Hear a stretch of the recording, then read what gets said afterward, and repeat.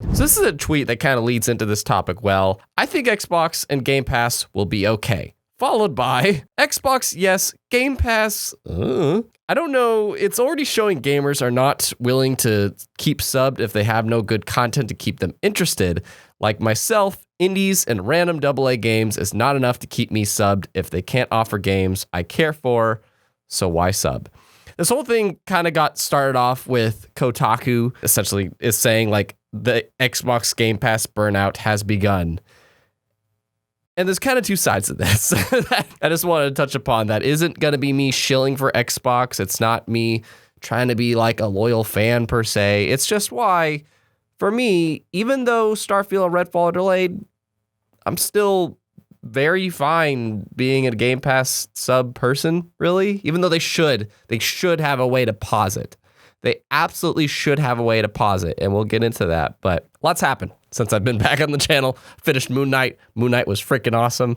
Let me know if you disagree. I don't know. I thought Moon Knight was the coolest thing in Phase 4 so far. You know, that wasn't Spider-Man. But this whole debate really started this week about really the past couple weeks ever since Starfield of just if that delay was really going to hurt Game Pass, what has been universally agreed as like the best subscription service out there. And of course, you know, PlayStation is pushing their new PlayStation Plus stuff. So that's kind of made people talk about it all the more. And then there's like fun tweets here that I took screenshots of, which is like Shogun, $120 a year to play indie games really ain't it. Actually, one of my YouTube buddies, Billy, who's a new user of Game Pass, you know, he tweeted out, I may be a new Game Pass user, but this take is not it. As someone who didn't grow up with Xbox, the value is insane. I get to try out all these new AAA titles I never got to play as a kid, and there's so many amazing indie games I can pick up and play and beat in just a few days. I don't know, there's just a lot of different takes like that just going on and on and on, and they all, you know, are just to each their own. I'm not here to sway you. I'm just explaining this perspective that also maybe might make people, you know, think about it. The thing that really holds me with Game Pass, that I've expressed this many times, is I just always have something to play. That's it. We can end the video there. There's always something to play, even if there isn't a new release. We're kind of already in this dry spell, even if you have all three systems. Nintendo's about to bust out the summer. Like, holy hell, Nintendo's going to control the summer. If you're looking for that new first-party AAA release, yeah, Nintendo, you're good over there. And then, you know, PlayStation had you in the first part of this year. But people are talking about Xbox because not only has there not been anything, now there is not going to be anything, at least until we watch this June show, or if this is after the June show you're watching this, maybe we had answers. But there's always still something to play on Game Pass that can be for you. I know indie games are not, you know, the thing that's going to attract people. I did not care for indie games whatsoever. Still kind of don't. But once I played Undertale, thanks to Game Pass, I realized there's this whole other world that I have not touched yet, and that I wouldn't have ever touched if it wasn't for it just being accessible. You know, it was just there for me to try out. And if it wasn't for Game Pass, I also would never play what is, in my opinion, one of the greatest first-person shooter campaigns I have ever played that got completely overshadowed by Battlefield and Gears of War at the time. Titanfall 2 is such a phenomenal first-person shooter game, and I would have never experienced it if it wasn't for Game Pass. But you didn't play these at launch. You didn't play these when it first came out. Yes, I didn't. But I can now. Like, there was a journalist that, I need to find it here. I think it's Tom's Guide, Tony Polanco. He's, no, it's not you, Xbox Game Pass, it's me. And he goes into a good point. You know, if you're a journalist, you have to play all of the stuff that's coming out. Like, it's very rare you can tackle your backlog if you're a journalist or if you're somebody trying to play what's current, you know, what's in the pop culture these days, then you don't really have that luxury. And so that makes sense. That is a perspective I can get behind. If you are in this service to strictly play anything that is specifically AAA, then you're essentially just waiting for the Xbox releases. But then sometimes you get the Outriders. Sometimes you get MLB The Show. Sometimes you get Rainbow Six Extraction.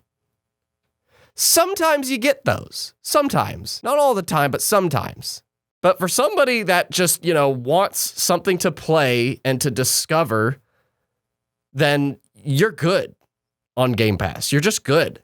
But that's only if you're willing to do that. That's only if you are interested in doing that. Otherwise, yes, just cancel your subscription, re-enroll when there's more AAA stuff coming out. Once I played Game Pass and started to see, Hellblade, and especially it was Outer Wilds.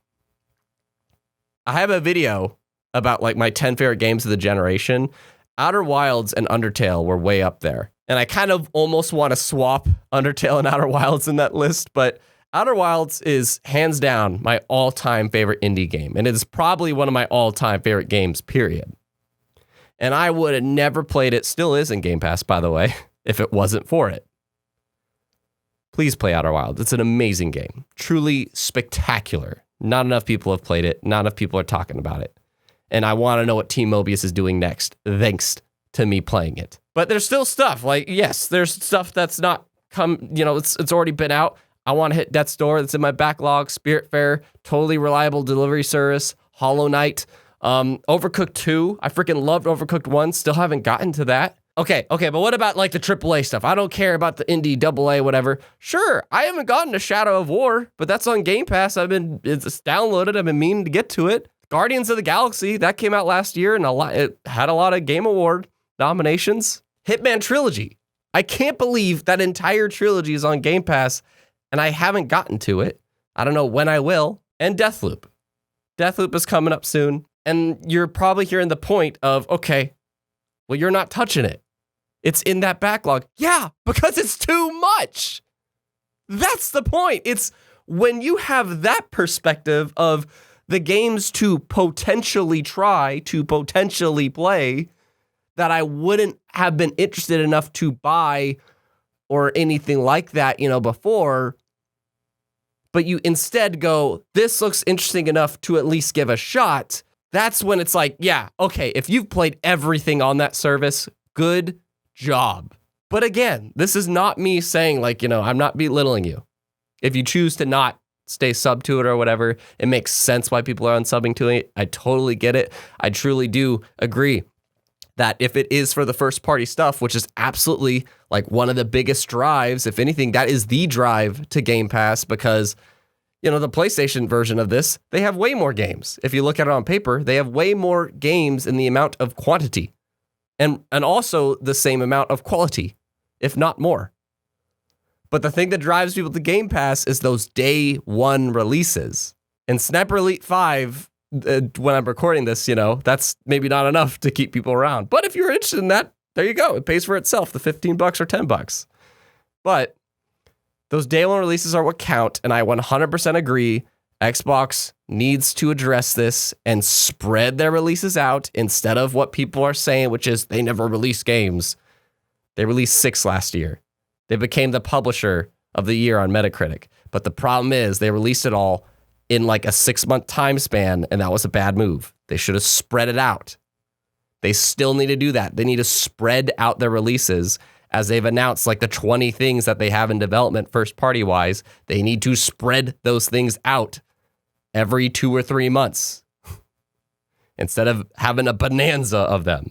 I admit, that is a problem that they need to address, and we'll probably get, there's Ranch Slime Slime Rancher. There's Slime Rancher 2, Scorn, Exo Mecha, even though that's going to be a free-to-play game, so that doesn't really count. It's just an Xbox exclusive one. Retraced or something like that. I don't know. There's still stuff coming this year, but for me, I stay on Game Pass because of the potential other stuff to play that I have not played yet that I can discover. Is Ratchet & Clank Rift Apart and Horizon Forbidden West still sitting on my damn shelf and I want to get to those first, but I can't put down Elden Ring? Absolutely. Those are there. But in the times when I just have something slow, you'll see me playing Dodgeball Academia this month, this random indie title that's honestly okay, but I wanted to check it out because I now appreciate indies after experiencing Outer Wilds. That's me. Agree or disagree? Are you a Game Pass sub and you have left, or do you have a reason you've stuck around? Is there something you really want to see come to Game Pass? Or what is your favorite thing that you've experienced thanks to it? Let me know. And if you've seen Moon Knight, let me know what you think of Moon Knight. And also, what could Xbox announce at that show? You could watch that right there. None of these are going to happen, but if they did, my mind would be freaking blown.